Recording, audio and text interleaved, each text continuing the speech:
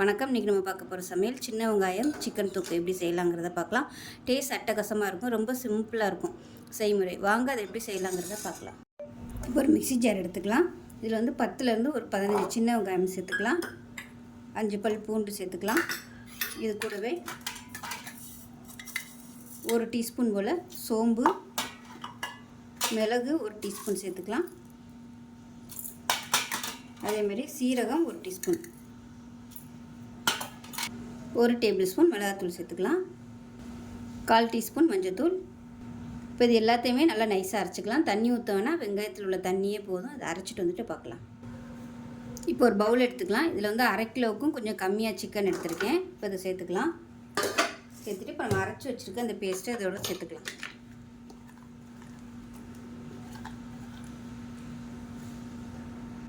இப்போ அதில் 1/4 டீஸ்பூன் போல் உப்பு சேர்த்துக்கலாம். உப்பு சேர்த்துட்டு நல்லா பிசைஞ்சிக்கலாம். பிசைஞ்சிட்டு நல்லா ஒரு 15 நிமிஷம் ஊறட்டும். ஊறினதுக்கப்புறம் பார்க்கலாம். இப்போ சிக்கன் நல்லா ஊறிடுச்சு. ஒரு குக்கர் எடுத்துக்கலாம். இப்போ இதில் வந்து தேங்காய் எண்ணெய் சேர்த்துக்கலாம். தேங்காய் எண்ணெய் செய்யும்போது டேஸ்ட் நல்லாயிருக்கும்.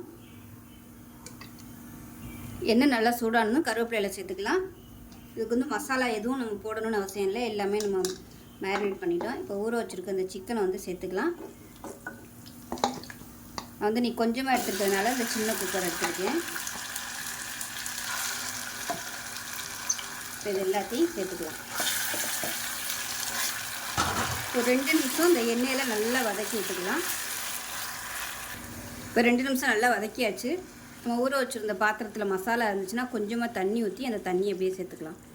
வேறு எந்த தண்ணியும் சேர்க்க வேணாம். அவ்வளோதான். உப்பெல்லாம் கரெக்டாக இருக்குது. இப்போ இதை மூடி வச்சிடலாம். மூடி வச்சுட்டு நல்லா ஒரு 2 விசில் விட்டுட்டு ஸ்டீம் போனதுக்கப்புறம் பார்க்கலாம்.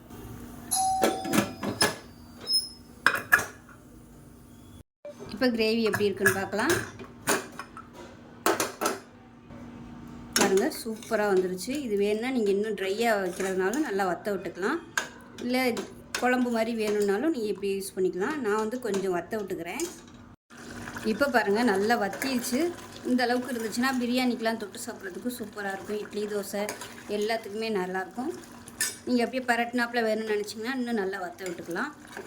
நான் இதோட அமர்த்திக்கிறேன். அவ்வளோதான். சூப்பரான ஒரு சின்ன வெங்காயம் போட்ட சிக்கன் தொக்கு ரெடி ஆயிடுச்சு. செஞ்சு பாருங்கள். செஞ்சு பார்த்துட்டு எப்படி இருந்துச்சுங்கிறத சொல்லுங்கள்.